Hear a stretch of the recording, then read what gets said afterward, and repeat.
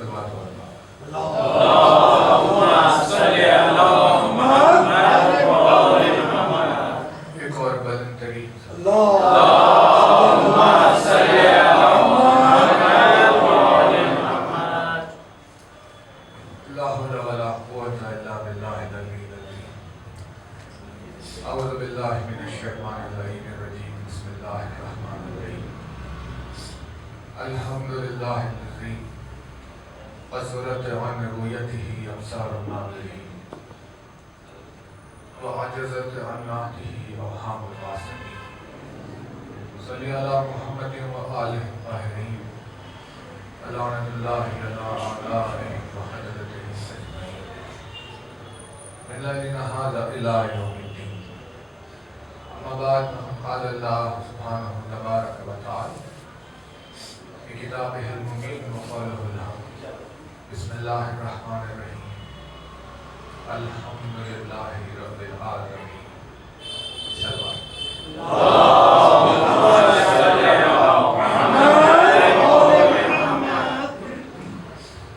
فرمایا صاحب اعظم الدرجات الفاظ میں، فرمایا مالک معجز نما انداز، فرمایا مولا کائنات امیر المومنین حضرت علی اللہم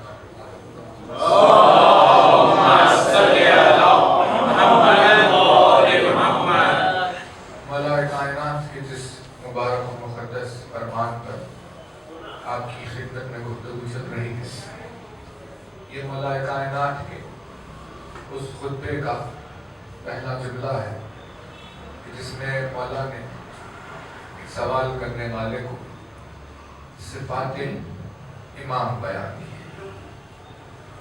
اور جب تاریخ نے آ کر مولا سے سوال کیا کہ یا علی یہ بتائیے کہ امام کون ہوتا ہے جسے اللہ نے دنیا پر اپنا امام بنا کر، عالمین پر جسے اپنا امام بنا کر اللہ نے بھیجا ہے، وہ امام کون ہوتا ہے اور اس میں کیا صفات پائے جاتے ہیں.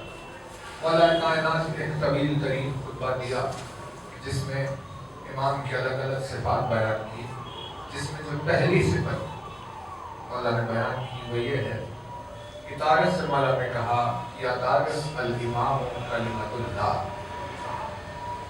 یہ تاریخ یہ جان لو کہ امام اللہ کا کلمہ ہوتا ہے. اور کلمہ کسے کہتے ہیں؟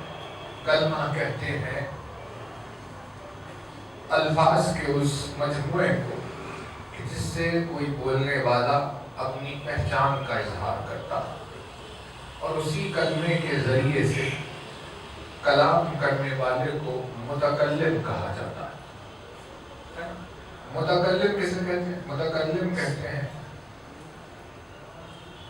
بولنے والے کو.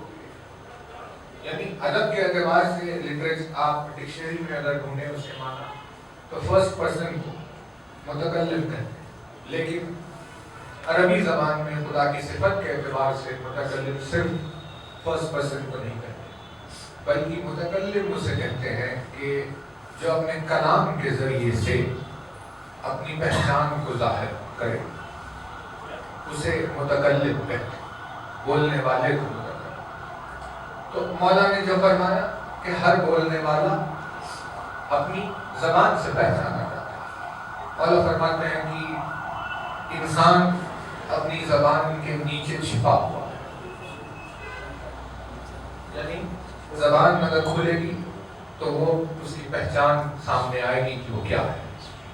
مولا فرماتے ہیں کہ عقل مند کی زبان اس کے دل کے پیچھے ہوتی ہے اور بے وقوف کا دل اس کی زبان کے آگے ہوتا ہے. بے وقوف کی زبان اس کے دل کے آگے ہوتی ہے نا.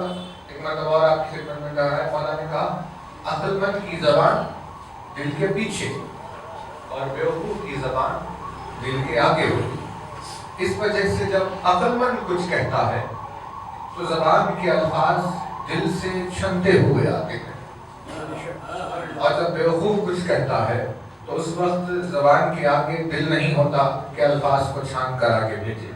اسی لیے جو زبان میں آئے وہ کہہ دیتا ہے، لیکن عقل مند ایسے نہیں کرتا۔ مولا نے زبان کے اعتبار پر ہزاروں چیزیں کروائی۔ آپ نے کہا کہ علم، مولا فرماتے ہیں کہ علم ایک شجر ہے، ایک درخت ہے جو دل میں اگتا ہے۔ علم ایک شجر ہے جو دل میں اگتا ہے اور زبان سے پھل دیتا ہے۔ ایک شجر ہے، درخت جو دل میں اگتا ہے اور زبان سے پھل دیتا ہے۔ تو اگر ہمیں یہ معلوم کرنا ہو کہ کسی کے دل میں شجر علم ہے یا نہیں، تو اسے دیکھنا یہ چاہیے کہ زبان سے علم کے پھل دیتا ہے یا نہیں۔ اگر زبان پر علم نہیں ہے تو اس کا مطلب یہ ہے کہ اس کے دل میں شجر علم موجود نہیں ہے۔ علی نے کہا کہ تم کسی کے لباس سے غفلت میں نہ پڑ جاؤ، کسی کے لباس سے دھوکے میں نہ آ جاؤ کہ ایک لباس دیکھا، ایک پیکر دیکھا یا لوگوں کے کہنے پر تم نے کسی کو عالم مان لیا۔ علی نے کہا ایسے نہیں ہوگا، بلکہ اگر تمہیں جاننا ہے کہ وہ عالم ہے یا نہیں تو جاؤ کچھ دیر اس سے بات کرو، اور جب اس سے بات کرنے لگو گے تو تم یہ پرکھو کہ اس کی زبان پر علم کے پھل آتے ہیں یا نہیں۔ اگر زبان پر علم کے پھل نہیں ہے تو لاکھ کتابیں اس نے گھر میں رکھی ہوئی ہو یا دنیا اسے کس معیار کا عالم کیوں نہ کہتی ہو، لیکن اگر زبان علم سے خالی ہے تو علی نے کہا کہ اس کے سینے میں شجر علم موجود نہیں۔ یہ بات ہے، یہ توجہ نہیں کرتے۔ دیکھیے یہ قیامت خیز نسخے ہے نا، یہ کیسا نسخہ ہے؟ اگر علی کی زبان خاموش ہوتی تو کہیں سے اس نسخے کو پتہ چلتا۔ آج بھی اتنے نسخے کے مل جانے کے باوجود آج بھی لوگوں کو عالم و جاہل کی فرق نہیں ہوتی ہے نا، جبکہ مولا نے بتایا کہ اگر تمہیں پرکھنا ہو تو اس کے زبان کے الفاظ کے ذریعے سے پرکھو، کیونکہ وہ کلام نہیں ہے بلکہ کلام کے ذریعے سے متکلم اپنے آپ کو پہچانواتا ہے۔ ویسے ہی خدا کی ذات متکلم ہے، اللہ نے اپنے آپ کو متکلم کہا، تو جب اس متکلم نے اپنے آپ کو پہچانوانا چاہا تو علی کی زبان کھلی، اور جیسے ہی زبان علی کھلی تو علی کے الفاظ سے اللہ پہچانا گیا۔ اسی لیے خدا کی ذات متکلم کہلائی، اور امام جو خدا کی طرف سے ہوتا ہے اسے اللہ کا کلام کہا گیا، کیونکہ اس کلام کے ذریعے سے وہ متکلم کا تعارف ہوا ہے نا۔ جیسے قرآن کے لیے مثال دیں کہ بھئی قرآن کیا، تو قرآن اللہ کی کتاب، تو اگر آپ کو اللہ کو پہچاننا ہو تو قرآن پڑھو، کیونکہ اس میں اللہ نے بات کی بندوں سے، اس کتاب کے ذریعے سے اللہ نے بات کی ہے، تو بات کر کے اس نے اپنی پہچان کو سامنے رکھا، اپنے کلام کے ذریعے سے اس نے اپنی پہچان کو سامنے رکھا۔ یہ قرآن اللہ کی پہچان ہے، اس کا کلام ہے، متکلم کی طرف اشارہ ہے۔ جب آپ نے قرآن کو اس کے عرفان کا ذریعہ قرار دیا تو دنیا میں کسی نے اس بات پر اعتراض نہیں کیا، لیکن جب آپ نے کہا کہ یہ قرآن جو اللہ کا کلام ہے جس سے اس نے اپنے آپ کو پہچانوایا ہے، یہ تو صامت ہے، اور قرآن ناطق تو وہ ہوتا ہے کہ جو اس قرآن کے ساتھ اس کا استاد بن کر آئے، اس کتاب کے ساتھ اس کتاب کا سکھانے والا بن کر آئے۔ تو قرآن صامت تو قرآن مجید ہے، اور قرآن ناطق علی کی ذات ہے۔ جب قرآن صامت کے ذریعے سے وہ پہچانا جائے گا تو وہ قرآن ناطق سے کیسے نہ پہچانا جائے۔ لہذا اللہ نے اپنے آپ کو جو متکلم کا توجہ ہے، دیکھیے تاریخ نے پوچھا مولا امام کون ہے، امام ہوتا کون، تو مولا نے جواب دیا کہ تاریخ امام اللہ کا کلمہ ہے، یعنی امام کے ذریعے سے اس کی پہچان ہے، اس کلمے کو وسیلہ بنا کر اس نے اپنا تعارف کرایا۔ توجہ ہے نا، یعنی تعارف کا مطلب کیا، دیکھیں تعارف کا مطلب اب خدا میں کوئی عیب ہے، خدا میں کوئی عیب نہیں، خدا میں جہل کا تصور ہے، خدا میں جہل کا تصور نہیں، خدا میں کسی قسم کی کوئی خطا ہے، خدا میں کسی قسم کی خطا ہے، انسان میں کوئی خطا ہے، انسان میں ہزاروں خطا ہے، انسان میں جہل ہے، انسان میں بہت زیادہ جہل، ہے نا، انسان میں عیب ہے، انسان میں بے پناہ ہے. تو اب اگر کوئی عیب دار یہ دعویٰ کرے کہ بے عیب کی پہچان بنا ہوا، تو یہ ہرگز ممکن نہیں. اگر کوئی جاہل یہ دعویٰ کرے کہ علیم سمیع علیم کی پہچان بنا ہوا، تو یہ ہرگز ممکن نہیں ہے نا. توجہ، کیونکہ جس کی پہچان بن کر آئے گا وہ اس کے صفات کا جلوہ اپنے آپ میں رکھے گا، ورنہ اگر اس کے صفات نہیں رکھ کر کسی اور چیز کی صفت رکھے گا تو وہ اس کی پہچان نہیں، اس دوسری چیز کی پہچان کہلائے گا. ہے نا بات؟ اسی لیے مولا نے کہا کہ طارق امام اللہ کا وہ کلمہ ہے جس کے ذریعے سے اس نے اپنے قادر ہونے کو منوایا، اپنے حکیم ہونے کو پہچنوایا، اپنے علیم ہونے کو پہچنوایا، اپنے قدیر ہونے کو پہچنوایا. ہے نا؟ اب اگر اللہ نے اپنے قدیر ہونے، قدیر یعنی قدرت رکھنے والا، کون سا قدرت رکھنے والا؟ قادر اور قدیر. ہے نا؟ تو قادر بھی خدا کی ذات، قدیر بھی خدا. قادر کسے کہتے ہیں اور قدیر کسے کہتے ہیں؟ قادر اسے کہتے ہیں کہ جو کچھ وقت تک کے لیے قدرت رکھتا، کہیں سے حاصل کرنے کے بعد قدرت رکھتا. لیکن قدیر کسے کہتے ہیں؟ قدیر اسے کہتے ہیں جو ہمیشہ قدرت رکھتا. قدیر اسے کہتے ہیں جس نے قدرت کہیں سے لی نہیں بلکہ اپنے آپ میں قدرت رکھتا. اب اگر وہ اپنے قدیر ہونے کو پہچانوانا چاہے اور کسی کمزور کو بھیج دے تو یہ کمزور کبھی اس قدیر کی پہچان بنے گا؟ کبھی کمزور قدیر کی پہچان نہیں بن سکتا. اسی لیے اللہ نے انسانیت کو اپنی پہچان کا ذریعہ بنایا ہی نہیں، کیونکہ جس میں جہل ہے، جس میں ظلم ہے، جس میں عیب ہے، جس میں نقص ہے، یہ ساری چیزیں جو اس کی ذات کے برخلاف ہے، یہ کبھی اس کی پہچان نہیں بن سکتا. اسی لیے اس نے ایسی ذات کو اپنی پہچان بنایا کہ جس میں نہ عیب ہے، نہ جس میں نقص ہے، نہ جس میں جہل ہے، نہ جس میں ظلم ہے، نہ کچھ نہیں، بلکہ جس کی قدرت کا یہ عالم ہے کہ وہ اللہ کی قدرت کا مظہر بنا ہوا ہے، جس کے علم کا یہ عالم ہے کہ وہ اللہ کے علم کا مظہر بنا ہوا ہے، جس کی حکمت کا یہ عالم ہے کہ وہ اللہ کی حکمت کا مظہر بنا ہوا ہے، جس کے زندہ رہنے کا یہ عالم ہے کہ وہ اللہ کی زندگی کا مظہر بنا ہوا ہے. یعنی کوئی صفت ایسی امام میں نہیں ہے کہ جو پروردگار کے صفت کی مظہر نہ بنی ہوئی ہو. اس کو سمیٹ کر مولا نے کہا کہ طارق، امام اللہ کا کلمہ ہوتا ہے نا. توجہ. اب کلمے کے لیے اللہ نے اس کی قسمیں بیان کی، کلمات کی الگ الگ قسم، کہ وہ کلمہ ہوتا کون سا. اللہ نے کہا ایک کلمہ ہے جسے کہا گیا کلمۃ العلیٰ. علیٰ یعنی بلند، عین نام یہ سے ہے. کلمۃ العلیٰ یعنی اونچا کلمہ، بلند کلمہ. اس کے خلاف جو آئے اللہ نے انہیں کلمۃ السفلیٰ کہا، یعنی پست اور گرا ہوا کلمہ. ویسے ہی اللہ نے کلمہ طیبہ کہا، یعنی پاکیزہ اور طاہر، پاکیزہ عصمت سے بھرا ہوا کلمہ. اور اس کے خلاف جو ہے اسے کلمہ خبیثہ کہا، یعنی برا اور بدکاری سے بھرا ہوا ایسا کلمہ. توجہ. تو اب اللہ نے قرآن میں کلمہ طیب کی ایک مثال، توجہ ہے آپ کی بہت زیادہ. دیکھیے یہ ایک طویل گفتگو ہے، انشاءاللہ اسے ایک ہی اس آج کی ایک مجلس ہی میں پوری طرح مکمل کرنے کی آپ کی خدمت میں کوشش کریں. توجہ رہے بہت زیادہ.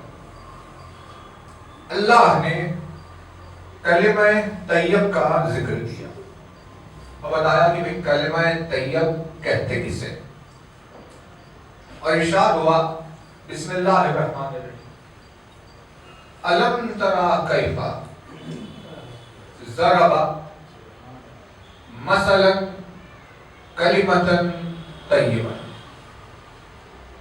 کیا تم نے یہ نہیں دیکھا کہ اللہ نے کس طرح سے مثال بیان کی. اب اللہ ایک مثال کے ذریعے سے انسان کو یہ بتانا چاہتا ہے کہ کلمہ طیب کیا ہے. ہے نا؟ کہا کیا تم نے یہ نہیں دیکھا کہ اس نے کیسے ایک مثال بیان کی؟ کلمۃ طیبۃ، کہ ایک طیب کلمہ کیا ہے، کیسے ہے پروردگار، کیا مثال؟ اس نے کہا کلمۃ طیبۃ کشجرۃ طیبہ، ایک کلمہ طیب کی مثال ایک طیب اور پاکیزہ شجر جیسی ہے۔ اللہ نے اس کی مثال ایک درخت سے دی، ایک پیڑ سے، ایک جھاڑ سے اس کی مثال دی، جو پاکیزہ اور طیب شجر ہے ویسا ہی کلمہ طیب۔ اصلها ثابت وفرعها فی السماء، ایسا شجر کہ جس کی جڑیں زمین میں مضبوط ہے اور اس کی شاخیں آسمان میں پھیلی ہوئی۔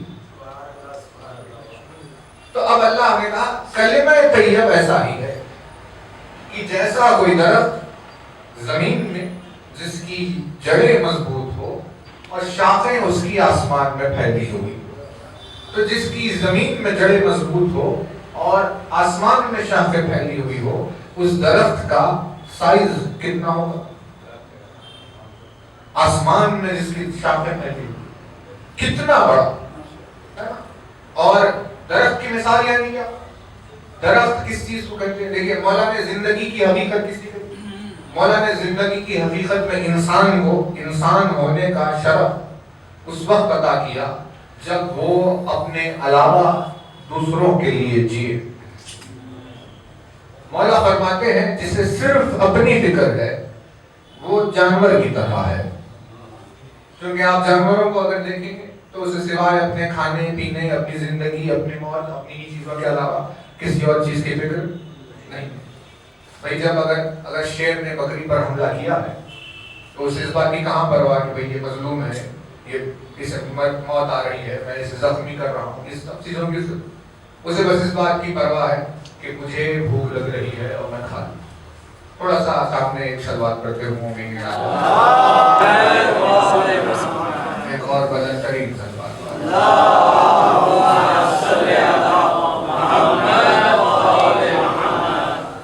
ہے نا؟ ہمیں بھوک لگ رہی ہے، ہمیں کھانا چاہیے، اب جو بھی اس کا حال ہو۔ تو علی نے کہا یہ صفت جانور میں پائی جاتی جسے اپنی پڑی ہے اور کسی اور کو نہیں دیتا، لیکن علی نے انسان اس سے کہا کہ جو اپنے علاوہ دوسروں کا خیال رکھتا، جس میں مثال دی گئی قدرت کی جیسے شجر جو اگتا ہے سالوں کی محنت کے بعد، مشقتوں کے بعد، کتنے عرصے کے بعد جب جا کر شجر بنتا ہے، اس کے بعد پھول لگتے ہیں، پھل لگتے ہیں، یہ ہوتے ساری چیزیں، نہ وہ خود اپنے سائے میں رہتا ہے، اس پر تو دھوپ پڑتی ہے لیکن دوسروں کو سایہ دیتا ہے، پھل اس پر لگ جاتے ہیں لیکن وہ نہیں کھاتا، اس کو پھلوں کو توڑ کر کوئی اور کھا لیتا ہے۔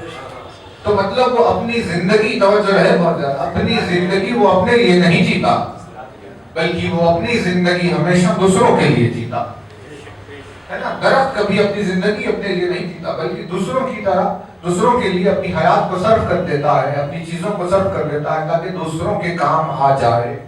مطلب اگر درخت نہ ہو تو دنیا میں کتنی ساری مخلوق بھوک و پیاس کی وجہ سے ختم ہو جائے، دوسری کئی بیماریاں درختوں کے نہیں ہونے کی وجہ سے دنیا میں پیدا ہو جائے۔ ایک درخت کی بنیاد یہ ہے، اللہ نے کہا کلمہ طیب کی مثال اس شجر طیب کی طرح ہے، اس گھرانے کی اس شجر طیب کی طرح ہے کہ جنہوں نے کبھی اپنے لیے زندگی بسر ہی نہیں کی بلکہ انہوں نے جب بھی زندگی بسر کی دوسروں کے لیے زندگی بسر کی۔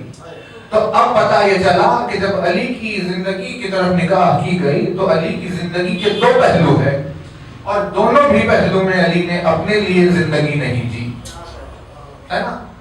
دو مقصد ہے لیکن دونوں بھی مقصد علی کے ذاتی مقصد نہیں ہے۔ ایک زندگی کا مقصد علی کا مخلوق کے لیے تھا کہ جس میں مخلوق کے خاطر علی نے زندگی گزاری، دوسرا علی کی زندگی کا مقصد خالق کے لیے تھا کہ علی نے خالق کے لیے زندگی گزاری۔ جب بھی کسی چیز کے لیے کوشش کی تو کہا کہ مخلوق کو اس کا فائدہ پہنچے، اور جب بھی کوئی کوشش کی تو کہا کہ خالق کا اس سے عرفان حاصل ہو جائے۔ لہذا اللہ نے کہا کہ ایک کلمہ طیب کی مثال اس شجر طیب کی طرح ہے کہ جس کی جڑیں مضبوط اور شاخیں پھیلی ہوئی ہو، اور اس کی مضبوط جڑیں اور پھیلی ہوئی شاخوں کی وجہ سے ساری عالمین فیض پاتی ہے، ساری عالمین فیض پاتی ہے۔ علی کی زندگی سے ساری عالمین کا فیض ہے، وجود علی سے ساری کائنات کا فیض ہے۔ یعنی امام کا وجود وہ ہے کہ سورج اگر صبح میں نکل گیا تو یہ دلیل ہے اس بات کی کہ زمین پر امام موجود ہے۔ شام میں اگر چاند نکل گیا دلیل ہے اس بات کی کہ امام موجود ہے۔ اگر ہوائیں چل رہی ہے تو دلیل ہے کہ امام موجود ہے۔ اگر پانی بہ رہا ہے تو دلیل ہے کہ امام موجود ہے۔ اگر درختوں پر پھول لگے ہیں تو دلیل ہے کہ امام موجود ہے۔ اگر پھول پھلوں میں بدل رہے ہیں تو دلیل ہے کہ امام موجود ہے۔ ستارے اگر چمک رہے ہیں تو دلیل ہے کہ امام موجود ہے۔ یعنی سارا نظام کائنات اگر اپنے نظام پر باقی ہے تو اس کا مطلب ہے کہ دلیل ہے کہ امام موجود ہے، کیونکہ وجود امام ساری کائنات کے لیے فیض ہے۔ ساری کائنات کے لیے وجود امام فیض ہے۔ یہ وجود سب کے لیے پوری یعنی پھیلا ہوا توجہ رہے پوری کائنات میں پھیلا ہوا اس کے وجود کا اثر۔ لیکن اللہ نے اسے کیا، اللہ نے کہا یہ پھیلا ہوا اثر ہے، لیکن اس کی حقیقت کیسی ہے؟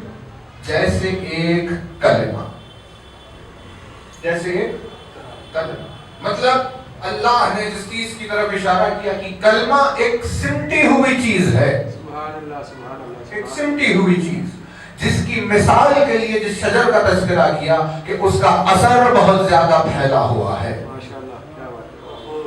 اس کا اثر بہت زیادہ پھیلا ہوا ہے۔ اس کا وجود بھلے ہی سمٹا ہوا نظر آئے لیکن اثر پورا پھیلا ہوا ہے نا توجہ؟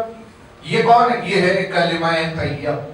تو امام نے فرمایا کہ تاریخ امام جو ہے وہ اللہ کا کلمہ ہوتا ہے، اللہ کا کلمہ ہوتا ہے۔ تو اس کلمے کی صورت یہ ہے کہ وجود بھلے ہی اس کا سمٹا ہوا نظر آئے لیکن ساری عالمین پہ اس کا فیض ہوتا ہے۔ جس کی مثال اگر دی جائے تو ایسے ہی ہے کہ ساری آسمانی کتابیں اور تمام آسمانی علوم سمٹ کر 4 کتابوں میں آ گئے۔ کیا بات ہے، تمام آسمانی علوم سمٹ کر 4 کتاب، جب چاروں کتابیں سمٹی تو قرآن مجید میں آ گئی۔ کیا بات ہے، اور جب قرآن مجید سمٹ گیا تو الحمد میں آ گیا، اور جب الحمد سمٹ گیا تو بسم اللہ الرحمن الرحیم، جب بسم اللہ الرحمن الرحیم سمٹا تو بے میں آ گیا، اور جب بے میں سمٹ گیا تو ایک نقطے میں آ گیا۔ تو اس کا مطلب یہ ہے کہ وجود اس کا بھلے ہی نقطہ دکھے یا کہنے میں وہ نقطہ نظر آئے، لیکن اگر وہ پھیل جائے تو ایسا ہے کہ ساری کائنات میں علوم الہی پھیلا ہوا ہے،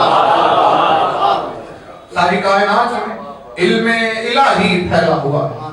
ویسا ہے ایک کلمہ طیب۔ اللہ نے کیا کہا؟ کلمہ طیب کے ساتھ اس پھیلے ہوئے شجر کی طرح جس کی جڑیں بھی مضبوط اور جس کی شاخیں بھی پھیلی ہوئی۔ اب وہ ظاہری طور پر ایک کلمہ ہے، ظاہری طور پر ایک کلمہ، لیکن اگر پھیل جائے تو پھر سارا علم اسی میں۔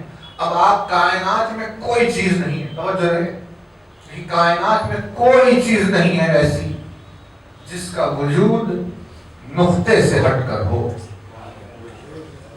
ہے نا؟ کچھ بھی نہیں ہے ایسا جو نقطے سے ہٹ کر، نقطہ پھیلنے سے ہی الف بنا،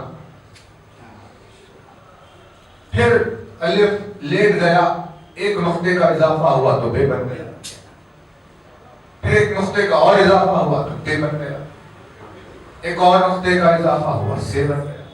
ایسے ہی اضافے، نقطے کا اضافہ یا کمی ہونا ایک ایک حرف بنتا گیا اور سارے ہوتے ہوئے آ گئے الف سے لے کے یہ تک حروف۔ جب حروف آ گئے تو انہی میں کاف اور نون بھی آیا، اور جب کاف اور نون ملے تو کن ہو گیا، اور جب کن ہو گیا تو یہ ساری عالمین کا یقون ہو گیا، اسی وجہ سے جب یہ یکون سمٹے گا تو کن میں چلا جائے گا، اور کن جب پھر سے سمٹ جائے گا تو نقطے میں چلا جائے گا۔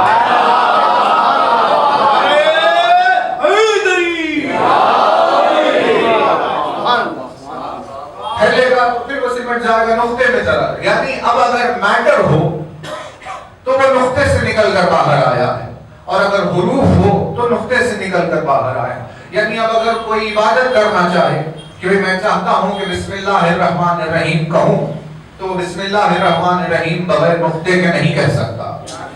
جو بغیر نقطے کے بسم اللہ نہیں کہہ سکتا وہ بغیر نقطے کے نماز کیسے پڑھے گا؟ جو بغیر نقطے کے نماز نہیں پڑھ سکتا وہ بغیر نقطے کے روزہ نہیں رکھ سکتا۔ یعنی پوری عبادتیں سمٹ کر نقطے میں جائیں گی، پورا وجود سمٹ کر نقطے میں جائے گی۔ اسی لیے اللہ نے پورے وجود کا وجود ہونا اسی وقت قبول کیا، اور پوری عبادتوں کا عبادت ہونا اسی وقت قبول کیا جب اس وجود میں اور عبادتوں میں نقطہ شامل ہو۔ اگر کسی نے نقطے کو چھوڑ کر عبادت کی تو اللہ نے اسے قبول ہی نہیں کیا۔ عبادت کا وجود نقطے کے بغیر ہے ہی نہیں، تو تم اس نقطے کی محبت کے بغیر عبادت کیسے لے کر آ سکتے ہو؟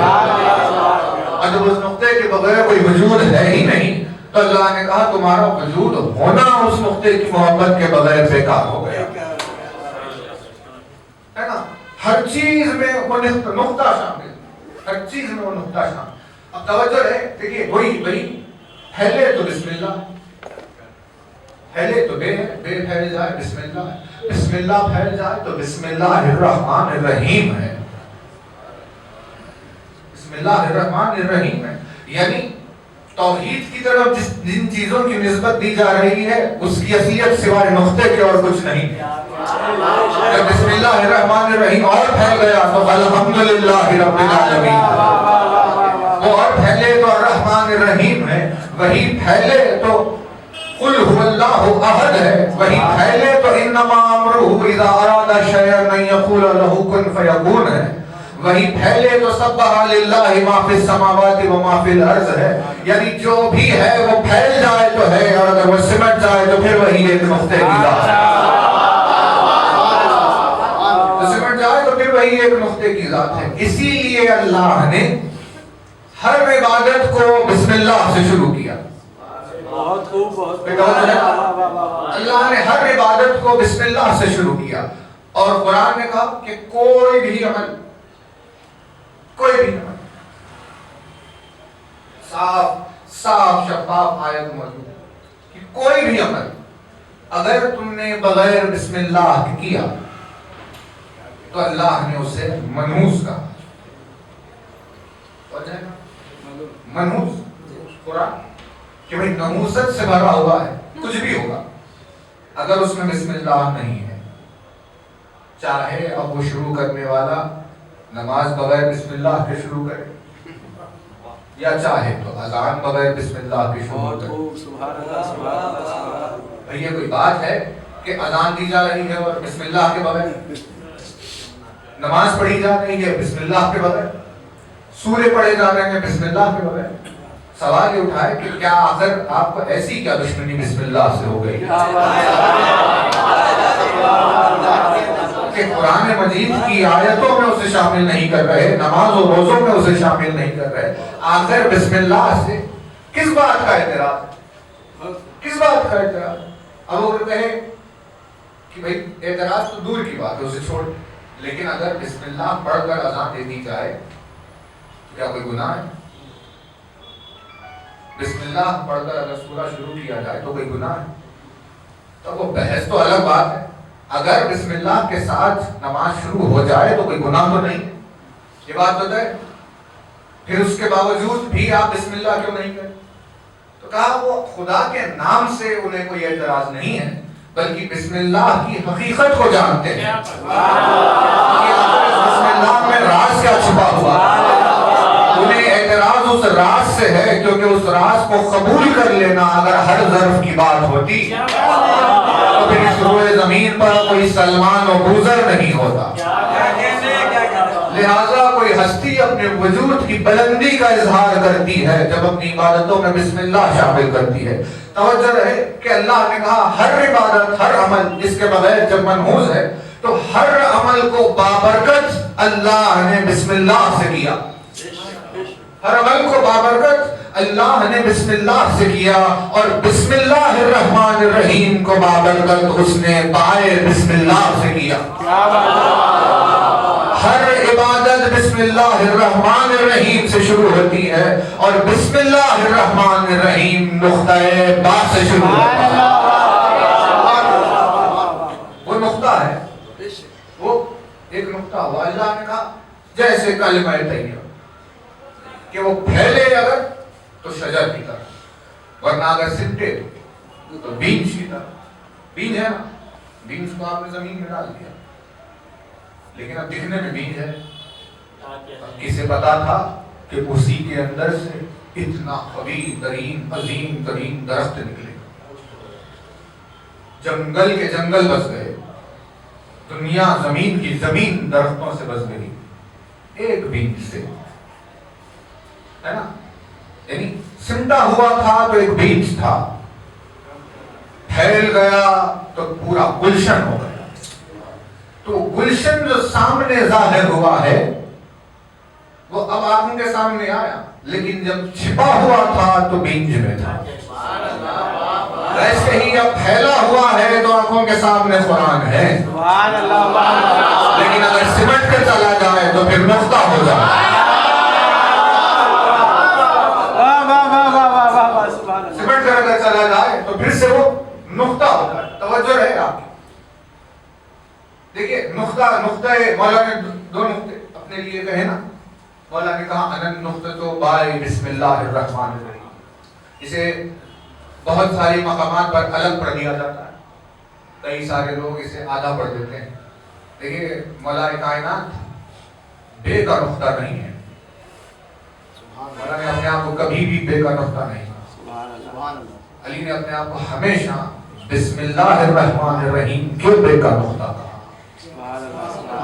کوئی اگر کہیں بے لکھ دے اور کہیں اس کا نقطہ، علی نے کہا وہ کچھ اور ہے. بہت خوب بہت خوب. لیکن بسم اللہ الرحمن الرحیم میں جو ہے بے ہے، میں اس کا نقطہ. بہت اچھے. سبحان اللہ. نقطہ تو بائے بسم اللہ الرحمن الرحیم، یہ حدیث ہے. لفظ اس میں ایک مرتبہ کہیں تحت بھی استعمال ہوتا ہے. دیکھیے خیر کتابوں میں تو بہت ساری چیزیں لکھی ہے، لیکن زبان میں بھی تو ضرورت ہو، ہے نا. تحت کتنے لوگوں نے ترجمہ کیا ہے کہ بے کے نیچے کا نقطہ. تحت استعمال. مولا نے کہا انن نقطہ تو بائے بسم اللہ الرحمن. بہت خوب بہت. میں نقطہ ہوں بسم اللہ الرحمن الرحیم کی بے کا. لفظ نیچے اس ہستی کے لیے آئے جس کا نام ہی علی. نیچے والا لفظ اس کے لیے جسے اللہ نے علی نام کہہ کر ہوتا، اس کی بلندی پر کیسے بن سکتا. تو کہا میں کون؟ بائے بسم اللہ کا. دوسرے مولا نے کہا انن نقطۃ دائرۃ الوجود.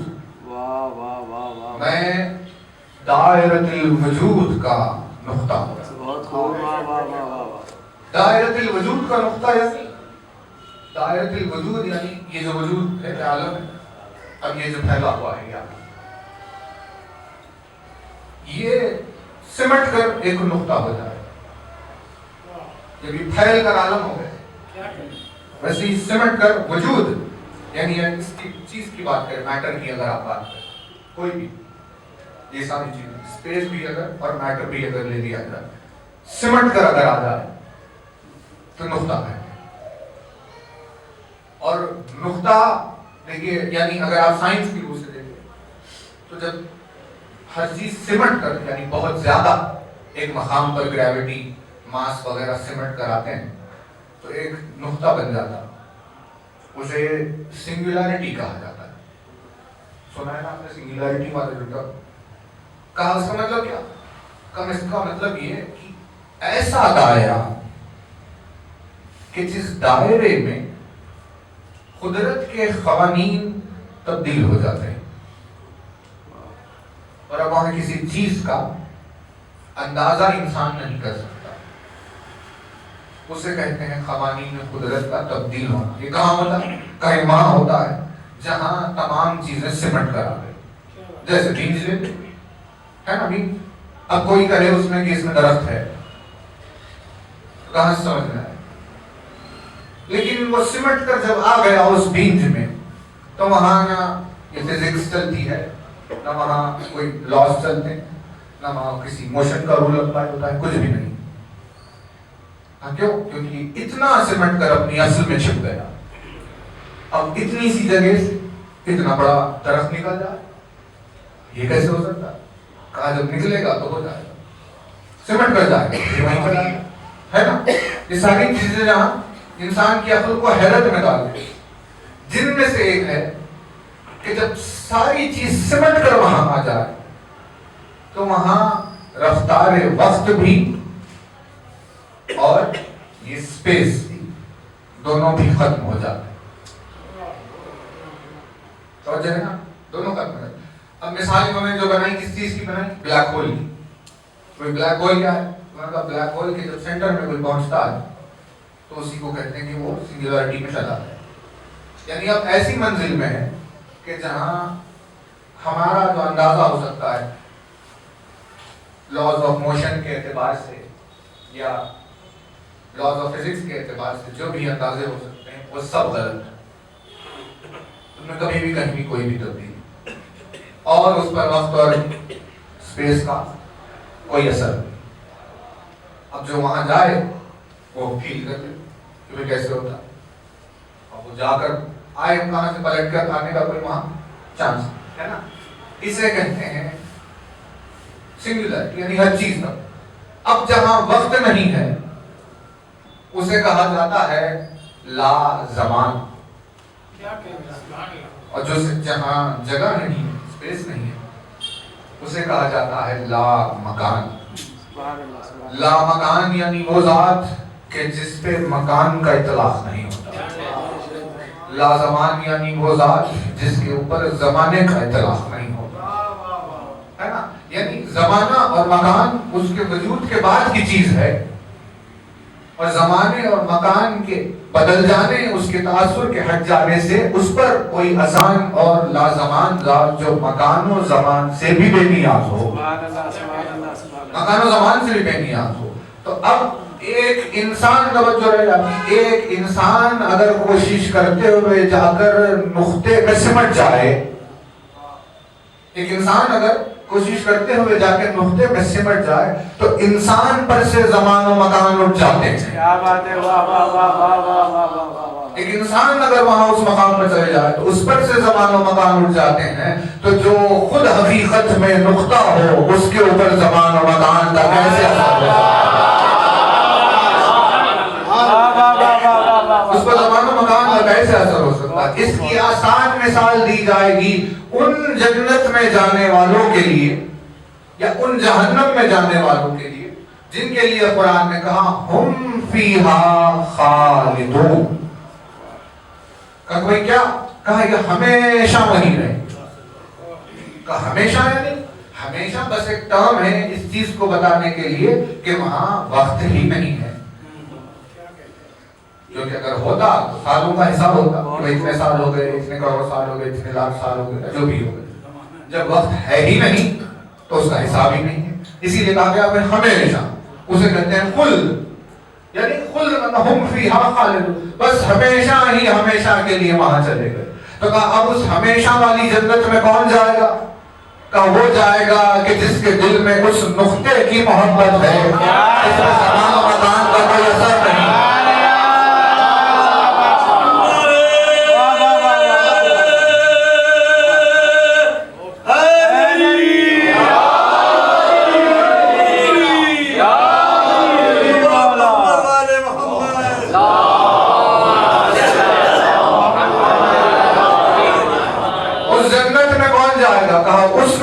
محبت رکھنے والی جس پر زمان و مکان کا کوئی اثر نہیں ہے، کیونکہ اس کی محبت میں ڈوب گیا، اسی لیے اللہ نے انسان کو لازمان بنا دیا.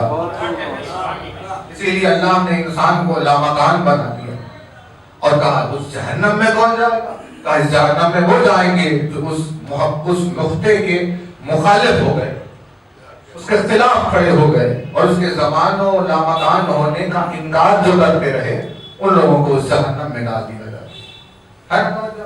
یعنی اگر انسان اس ترقی یافتہ دنیا کی نگاہی سے قرآن مجید کی کسی آیت کو دیکھیں گے تو انہیں یہ پتا چلے گا کہ یہ ہستی کیسے لامکان ہو سکتی ہے. تو اب دیکھیے ایک کانسیپٹ اور آتا ہے بیچ میں جسے ٹیلی پورٹیشن کہتے ہیں, ہے نا. ٹیلی پورٹ کسے کہتے ہیں کہ ٹیلی پورٹ کا مطلب ہے یہاں غائب ہو گئے اور کہیں اور پیدا ہو گئے. سیم جیسے ٹیلی فون ہے, آواز یہاں سے زبان سے نکلی ریسیور میں گئی غائب ہو گئی. بہت خوب. کہاں ہے آواز؟ واہ واہ واہ. اب نکلی کہاں آواز؟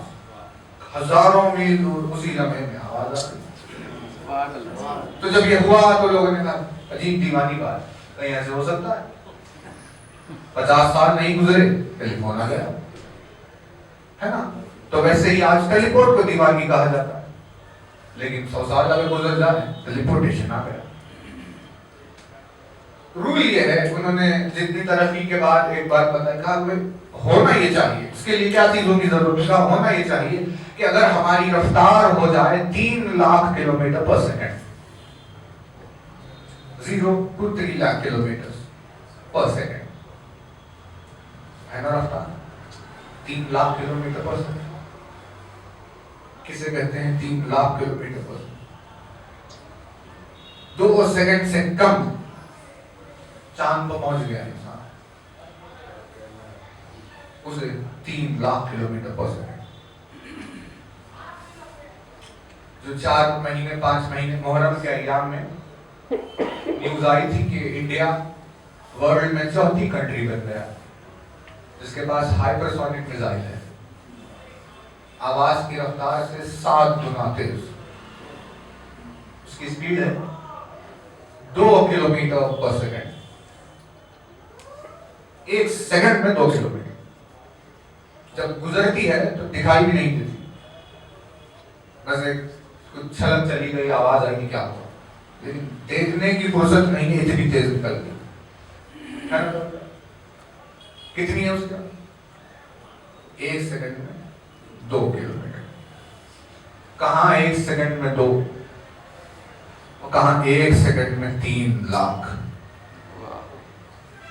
اس رفتار پر آنے کے بعد انسان سے یہ ممکن ہے کہ 3 لاکھ کلومیٹر کے دائرے میں ایک جگہ سے غائب ہو کر وہاں پہنچ جائے, ہے نا.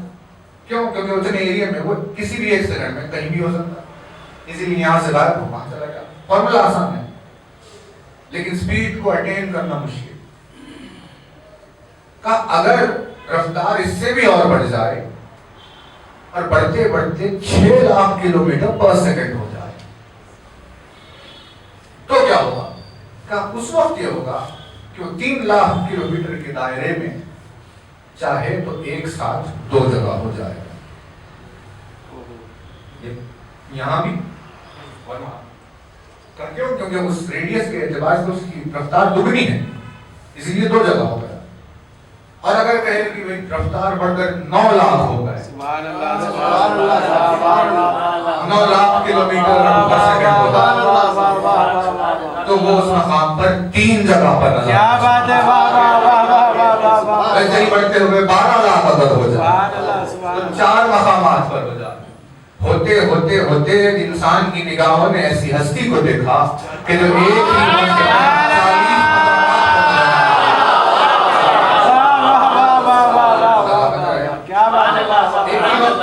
ہی جگہ پر نظر آیا, جب 40 مقامات پر نظر آیا اس کی رفتار کا کیا عالم ہوگا. کہا اس کی رفتار کو کوئی کیا سمجھے, اس کی رفتار کا یہ عالم ہے کہ وہ رسول جو معراج پر جا کر آ گیا 78-80 بلین لائٹ ایئرز کی دوری پر جا کر آ گیا اور دروازے کی زنجیر ہل رہی تھی. اس رفتار کو طے کر کے آ گیا اور دروازے کی زنجیر ہل رہی تھی, اور اس کی رفتار جو جب وہ معراج کے لیے زمین سے چلا تو رخصت کرتے ہوئے رسول کے ساتھ تھا.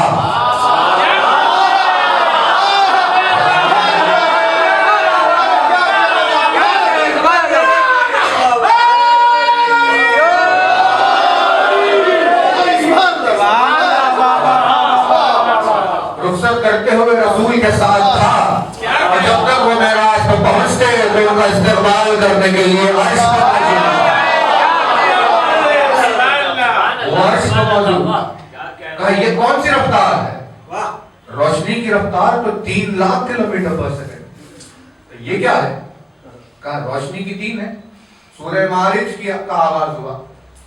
سورہ معارج جس کی آیت سآل سائل بعذاب واقع قرآن مجید کی آخری آیت میں اسے شمار کیا جاتا ہے کہ غدیر کے دن جب حارث نے عذاب کا سوال کیا تھا تو اس کے بعد کی آیت جسے قرآن کی آخری آیت بھی شمار کرتے ہیں. تعرج الملائکۃ والروح الیہ فی یوم کان مقدارہ 50,000 سنہ کہ ملائکہ اور روح اس کی طرف پرواز کرتے ہیں، اڑتے ہیں. قرآن کس رفتار سے؟ 70,000 لائٹ ایئرز پر سیکنڈ. نہیں اندازہ انسان کو ہو نہیں سکتا. 70,000 لائٹ ایئرز پر سیکنڈ. یہ کون؟ کہا یہ ملک ہے. یہ ملک کی رفتار کا 70,000 لائٹ ایئرز پر سیکنڈ کی رفتار سے ملک اڑ رہا اور 3 لاکھ کلومیٹر پر سیکنڈ کی رفتار پر آئے تو ٹیلی پورٹیشن ہے جو آصف برقیہ نے کیا تھا کہ تخت بلقیس کو لے کر آئے. ٹیلی پورٹیشن 3 لاکھ کلومیٹر پر سیکنڈ کہاں 70,000 لائٹ ایئرز پر سیکنڈ کا اس سے ملک اڑتا ہے. اس رفتار سے ملک اڑتا ہے. جب ملائکہ کے اڑنے کی رفتار کا یہ عالم ہے دعائے کمیل میں مولا نے کہا کہ وَبِنُورِ وَجْهِكَ الَّذِي أَضَاءَ لَهُ كُلَّ شَيْءٍ سبحان اللہ کہ اے میرے پروردگار تیرے چہرے کے نور کا واسطہ دے رہا ہوں کیا بات ہے جس نے ہر شے کو ضیاء عطا کی. سبحان اللہ تو ضیاء پر آنے کا رفتار یہ ہو گئی کہ 3 لاکھ کلومیٹر پر سیکنڈ سے ضیاء نکل گئی. تو جب ملنے والی ضیاء کی رفتار کا یہ عالم ہے تو چہرے کے نور کی رفتار کا یہ عالم ہے.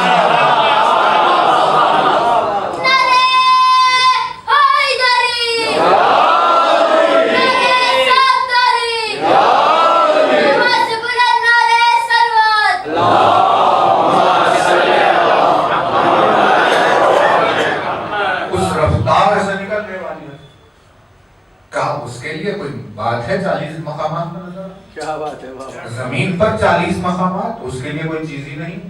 جو خوابہ خوسینا اور ادنا پر آتا ہے نظر اسے زمین پر نظر آنا کیا چیز ہے. توجہ رہے آپ کی. اسے قرآن نے کیا کہا؟ بات مولا نے کہا کلمہ ہے نا اور قرآن نے کہا کوئی کلمے کی ایک کیفیت ہے طیب ہونا. جو پھیل جائے تو درخت کی شجر طیب کی طرح ہو گیا. توجہ رہے.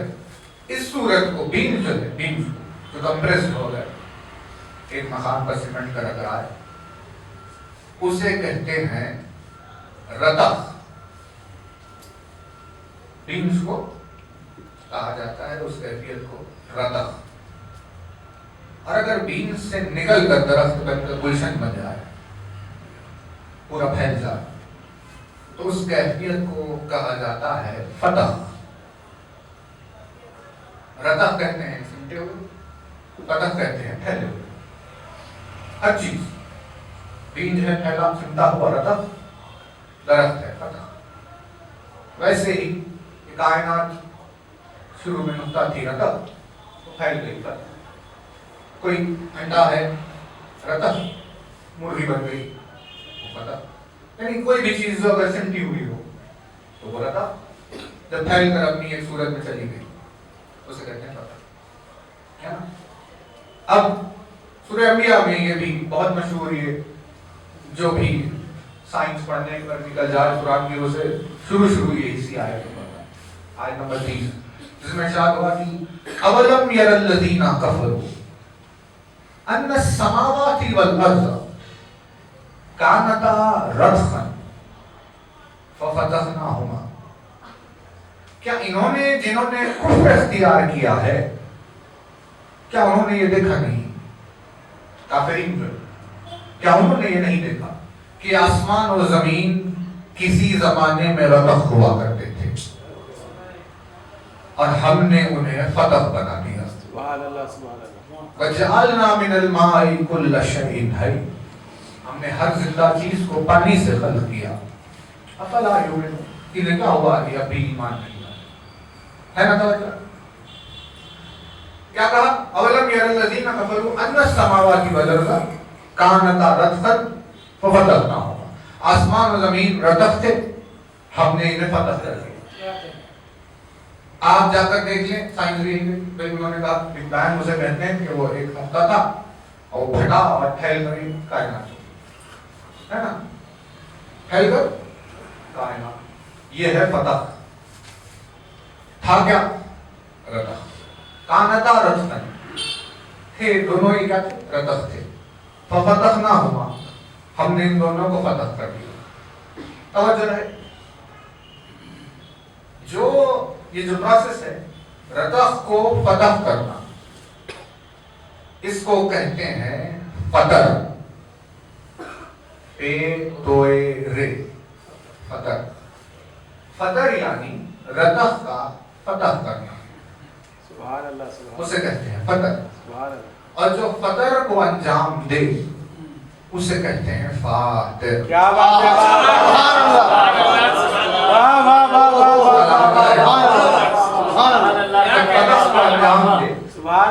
فطر کی اس کیفیت کو انجام اسے کہتے ہیں فاتر. کیا بات ہے. فاتر یعنی جس نے فطر کیا. سبحان اللہ. فطر کسے کہتے ہیں؟ فطر یعنی جس نے رتق کو فتح کیا. رتق کو فتح کیا ہے؟ مطلب جس نے سمٹے ہوئے کو پھیلا دیا.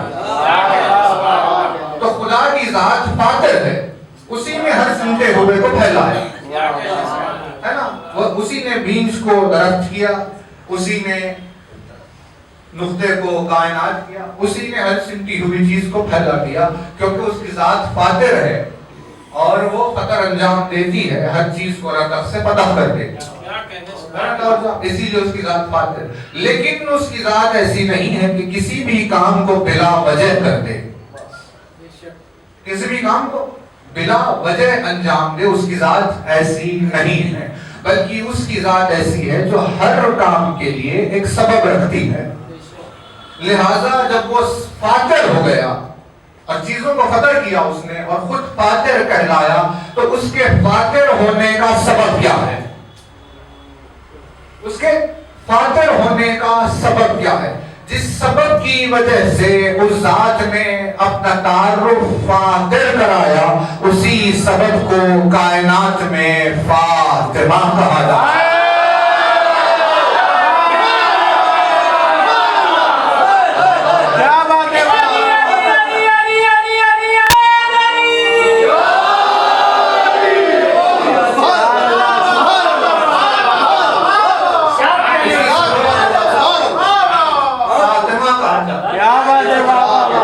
جب آدم نے آواز دی الہی بے حق فاطمہ وانت فاطر السماوات،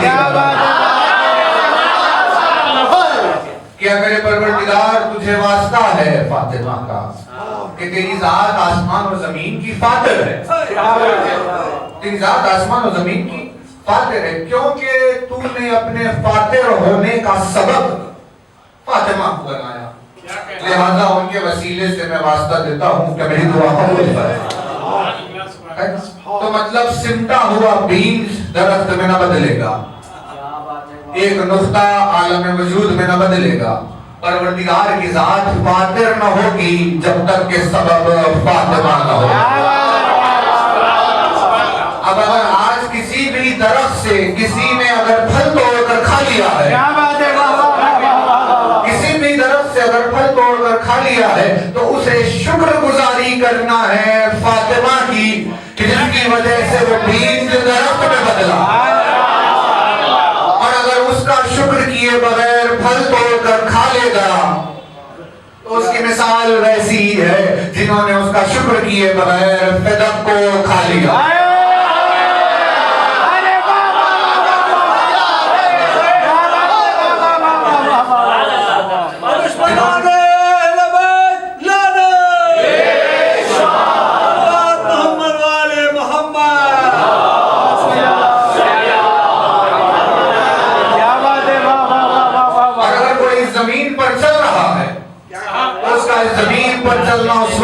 حلال نہیں ہے جب تک کہ اس پھیلی ہوئی زمین کی سمٹی ہوئی سے پھیلی ہوئی ہونے کے پیچھے کے سبب کا شکر ادا نہ کرے.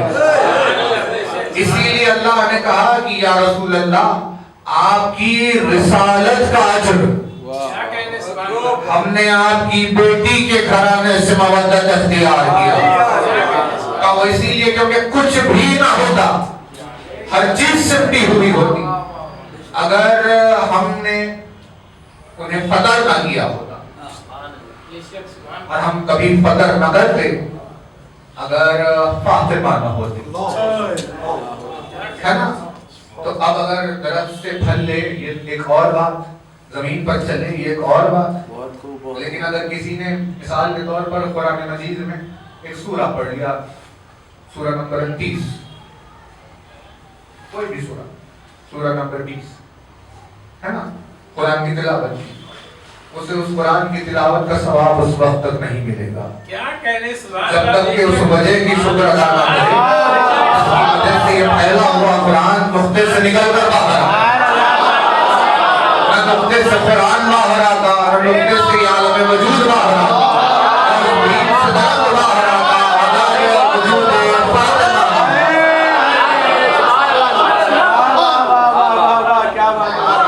اگر وجود فاطمہ فاطمہ نہ ہوتا تو کچھ بھی باہر نہیں آتا. توجہ رہے, یہ آخری بات پر مجلس تمام کر, بہت زیادہ توجہ رہے. ان چیزوں کا شمار ہی کیا, درخت کا کیا شمار, زمین کا کیا شمار, بے شک قرآن مجید نہ پھیلتی, کیا بات ہے, آسمانی کتابیں نہ پھیلتی, بہت خوب نقطہ ہی رہتا, ذکر کبھی پھیلتا ہی نہ. جو عبادت ہے ساری عبادتیں آسمانی کتابوں ہی میں کریں, جو بھی عبادت کر رہا کچھ بھی نہ ہوتا اگر وہ نقطہ نہ پھیلتا. موسیٰ اعظم نے فرمایا کہ میں انا و علی ہوں من نور واحد, ہے نا. اس کا ترجمہ بھی کئی مقامات پر دیکھیے غلط ہو جاتا ہے کہ میں اور علی ایک نور کے دو ٹکڑے, ہے نا. ایسا نہیں, کیونکہ اس میں نہ دو لفظ ہے نہ ٹکڑے. انا میں, وعلی اور علی, من نور واحد ایک نور سے ہے, میں اور علی ایک نور سے. یہ عام ترجمہ ہوا, لیکن واحد پروردگار کے ناموں میں سے ایک نام ہے. بہت خوب, واہ واہ. اب ترجمہ یہ ہوگا کہ میں اور علی واحد کے نور سے ہے. انا وعلی من نور واحد, میں اور علی واحد کے نور سے, ہے نا. اب سامنے ہے رسول ہے, علی ہے, کیا کہنا, سمٹ کر جائے تو پھر واحد ہے. کیا بات ہے, سمٹ کر چلے واحد ہے, پھیل کر سامنے آئے تو دو ہے, ایک رسول ہے اور پھیلے تو علی بھی ہے, کچھ اور پھیل جائے تو 5 ہے, تھوڑا سا اور پھیل جائے تو 14 ہے. پھیلے ہوئے ہیں تو 14 ہے, لیکن اگر سمٹ جائے تو 1 ہے. سمجھ جائے ایک تو اب یہ پھیلے ہوئے ہے نا. 13 معصومین گزرے ہیں زمین پر, دنیا 14ویں کا انتظار کر رہی ہے, مطلب پھیل گئے نا, 14 ہے, پھیل گئے. سنتے عدد تو 1, مطلب یہ بھی پھیلے ہوئے ہیں. نہیں توجہ نہیں کر رہے. 14 یہ جو ہے یہ پھیلی ہوئی صورت ہے, کثرت کو کہتے ہیں, وحدت سے کثرت میں آئے. ارشاد ہوا حدیث قدسی میں کہ لولاک لما خلقت الافلاک, اے میرے حبیب آپ نہ ہوتے کچھ نہ ہوتا. یہ جو کچھ بھی ہے وہ سب اسی لیے ہے کیونکہ آپ ہے نا. آپ نہ ہوتے کچھ نہ, سب ہے اسی لیے کیونکہ آپ ہیں. موسیٰ اعظم باعث ایجاد کائنات, ان کی وجہ سے سب ہے, نہیں تو کچھ نہیں. کہا لولا علی کیا بات ہے, لما خلقت, سبحان اللہ, بہت خوب. کہا کہ اگر علی نہ ہوتے تو آپ نہ ہوتے. کیا کہتے ہیں, کہا آپ ہے کیونکہ علی, کیا کہنے کائنات ہے کیونکہ آپ ہیں، آپ ہے کیونکہ علی۔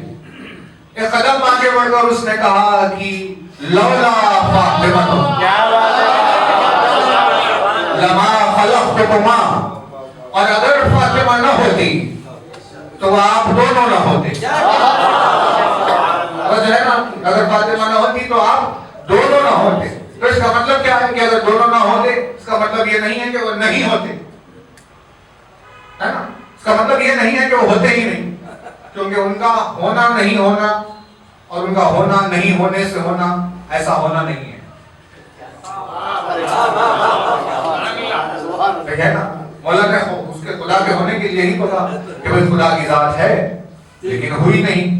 بہت خوب بہت الحمدللہ الذی قائم لا حدث، مولا فرماتے ہیں وہ ہے، ہوا نہیں، نہیں ہے سے ہوا ہے میں نہیں ہے، وہ ہمیشہ سے ہے، اس کے لیے کبھی نہیں ہے تھا ہی نہیں۔ کیا بات ہے انسان نہیں تھے اب ہے، کیا کہنے پھر اس کی مرضی کہ اب ہے بعد میں نہیں بھی ہو جائے، لیکن وہ بس ہے، تھا ہے اور رہے گا، ہے ہی ہے، نہیں سے ہے میں نہیں ہے۔ مطلب جو اس کا ہونا ہے وہ نہیں ہونے سے ہونے میں نہیں ہے، بلکہ ہمیشہ سے ہونے۔ ویسے ہی جب یہ ہے کہ اگر فاطمہ نہ ہوتی تو آپ نہ ہوتے، تو اس کا مطلب یہ نہیں ہے کہ نہیں ہوتے، بہت خوب کیونکہ ان کے لیے نہیں ہونا ہے ہی نہیں، ان کے لیے سیدھے ہونا ہی ہے۔ جیسے خدا نہیں ہے نہیں ہے، صرف ہے، ویسے ہی یہ بھی نہیں ہے نہیں ہے، صرف ہے۔ تو اب اس کا مطلب پھر کیا ہوا کہ اگر وہ ہوتے تو پھر یہ کیوں کہا نہیں ہوتا؟ کہا وہ اسی لیے کیونکہ وہ ہوتے تو صحیح، کیونکہ نہیں ہونا ان کے لیے نہیں ہے۔ لیکن اگر فاطمہ نہ ہوتی تو یہ پھیلے ہوئے نہ ہوتے، نہ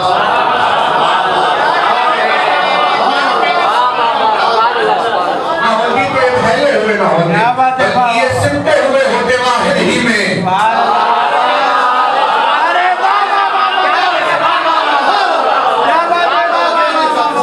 واحد ہی کی ذات میں سمٹے ہوئے ہو، اب اس سمٹے ہوئے نور کی وحدت کو اس نے پھیلا کر کثرت میں بدل دیا، یعنی ان دونوں کے نور کو جو سمٹے ہوئے تھے اللہ نے پھیلا کر ظاہر کر دیا۔ تو اب یہ پھیلے ہوئے ہیں جیسے کائنات پھیلی ہوئی ہے، لیکن اگر سمٹ جائے تو ویسے ہی جیسے نقطہ ہو جائے۔ تو مطلب اب جو کیفیت ہے یہ فتح ہے، اور جو کیفیت تھی وہ ردخ تھی، اور جو ردخ کو فتح کرے اسی کو فتح کرنا کہتے ہیں۔ اور اللہ کبھی فاتح نہ ہوتا اگر یہ کہ فاطمہ نہ ہوتی۔ بھائی توجہ رہے کہ اس ذات شہزادی کی ہستی پر انسان کا کیا اندازہ ہے کہ اس کے وجود سے کسی شجر کا یا زمین کا چاند سورج ستاروں کا گرنا تو کوئی حقیقت ہی نہیں رکھتا۔ اگر وہ ذات نہ ہوتی تو رسول علی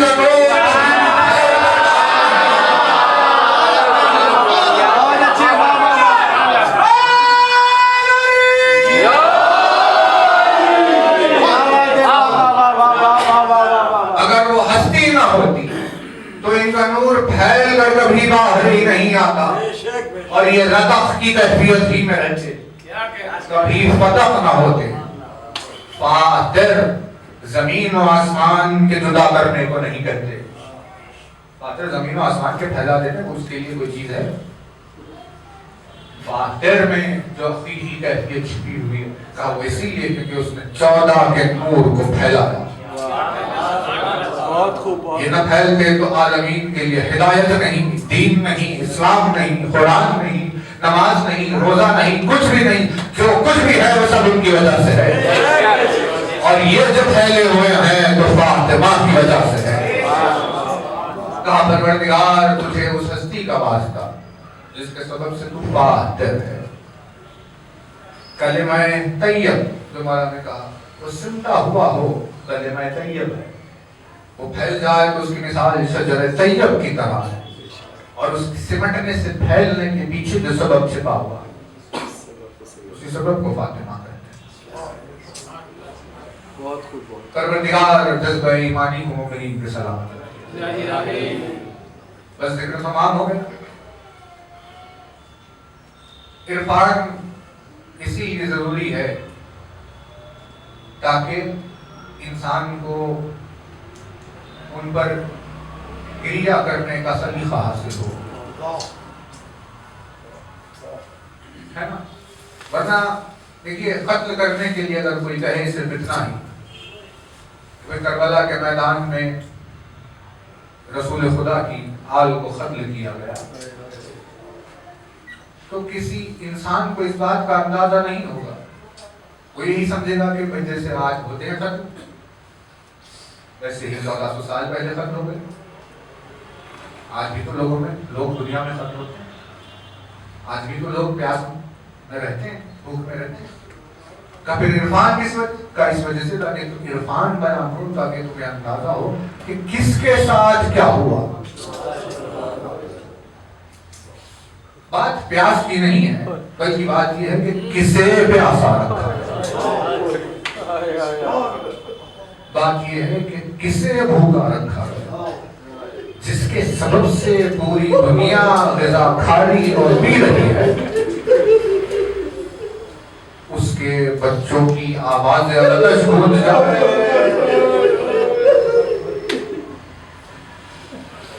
عرفان اسی لیے ضروری ہے کہ انسان کو مصائب میں گریے کا سلیقہ حاصل ہو، اور یہ جو ایام ہے جس ہستی سے منسوب ہو گئے، اللہ ہے اس پر گریہ کرنا ایسا عظیم شرف ہے کہ اگر تصور کریں کہ عزادار کو کیسا مقام حاصل ہو گیا کہ ساری زندگی حسین کے غم میں جو آنسو بہا رہا ہے، اور اس عزادار کی ڈھارس بن کر جو حسین کی ماں آئی ہوئی ہے، ہاتھوں کو اٹھا کر ان کے حق میں جو دعا کر رہی ہے، عزاداروں کے آنسوؤں کو اپنے رومال میں جمع کر رہی ہے، آج وہ ایام سے مومنین گزر رہے ہیں کہ جہاں پر اسی ہستی کے غم میں گریہ کرنا ہے، اور تمام اہل بیت اطہار جمع ہو جائیں گے کہ جس کے سبب سے یہ پھیل کر نور سامنے آ گیا ہے، اگر اس پر صفحے ماتم بچھائی گئی ہو تو جہاردہ معصومین میں کیسے گریہ و ماتم کا عالم ہو۔ اس احساس کے لیے آپ کی خدمت میں یہ جملہ روزانہ دہراتے رہیں گے کہ شہزادی کونین کی وہ شہادت ہے کہ جس شہادت میں سب سے زیادہ مظلومی جس کی نظر آئی ہے تو وہ علی کی ذات ہے۔ دنیا نے علی کو اتنا مظلوم کبھی نہیں دیکھا جتنا مظلوم شہادت سیدہ پر علی کا، اور اس غم میں، اس درد میں، اس مصیبت میں، کیونکہ جب انسان کو اپنی زندگی میں کبھی یہاں پہلو پر جب پسلی پر ایک مرتبہ آدر مار جائے، چاہے اس میں شدت نہ ہو، درد ہمیشہ کے لیے نہ ہو، کچھ دیر ہی کے لیے درد ہو، لیکن اس درد کی شدت کو اپنی پوری زندگی کبھی نہیں بھلانا۔ یہ جو اللہ نے اس میں اس درد کی کیفیت کا سبب کیا ہے؟ کیونکہ اللہ نے انسان کے جو اعضاء، جو آرگنز ہے، جو اس کی زندگی کے لیے بے حد ضروری ہے، ان سب کو صفر بنانے کے لیے اللہ نے پھسلیوں کو رکھا تاکہ کسی اعتبار سے انہیں زخم و تکلیف نہ ہو، اور کیونکہ وہ اتنے نازک ہے اسی لیے اس میں درد کا احساس اتنا شدید ہے کہ اگر تھوڑی سی ٹھیس پہنچ جائے تو فوراً ختم ہو جائے۔ ایک ہلکی سی تکلیف میں انسان چمک کر بیدار ہو جاتا۔ کوئی اندازہ کرے کہ جب اس پھسلی کے ٹوٹنے کی آواز علی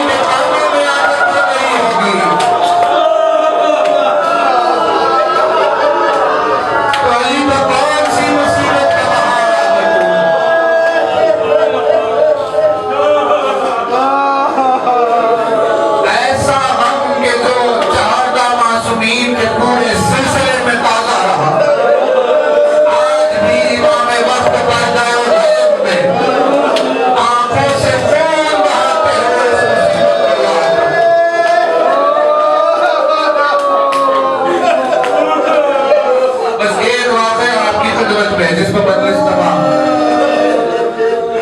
یہ واقعہ صادق آل ابا کے زمانے کا ہے اور چھٹے امام کے دور کا یہ واقعہ کہ ایک چاہنے والا دوڑتے ہوئے امام کی خدمت میں آیا. اس نے کہا مولا حکومت کے ظالموں نے آپ کی ایک چاہنے والی کو قید کر لیا. تو مظہر پروردگار ہے میرے مولا, اس کی رہائی کے لیے دعا کرتے تاکہ وہ قید سے نکل کر باہر آ جائے. مولا نے کہا میں اس کی رہائی کے لیے ہاتھوں کو بلند کرتا ہوں, میں دعا کرتا ہوں تو آمین بھی کہنا. مولا نے ہاتھوں کو اٹھایا, اس مومنہ کے لیے رہائی کی دعا کی اور اس سے کہا اس شخص سے کہ جا قید خانے کے باہر جا کر کھڑا ہو جا, اسے ابھی رہا کیا جائے گا. جب وہ نکل کر باہر آئے تو اس مومنہ سے کہنا کہ تمہیں فرزند رسول نے یاد کیا ہے اور لے کر میرے پاس آئے. یہ دوڑتا ہوا قید خانے کے پاس ہے, اسے رہائی ملی. اس نے سلام کیا اور کہا تیرے نصیب کھل گئے, رسول اعظم کے فرزند نے تجھے یاد کیا. اس نے جیسے ہی سنا کہ امام نے مجھے یاد کیا ہے فوراً اس راستے کی طرف رخ کیا. چلتے ہوئے امام کی خدمت میں آئی, کہا مولا آپ نے ہمیں یاد کیا, کہا اس کا سبب بتا دیجئے.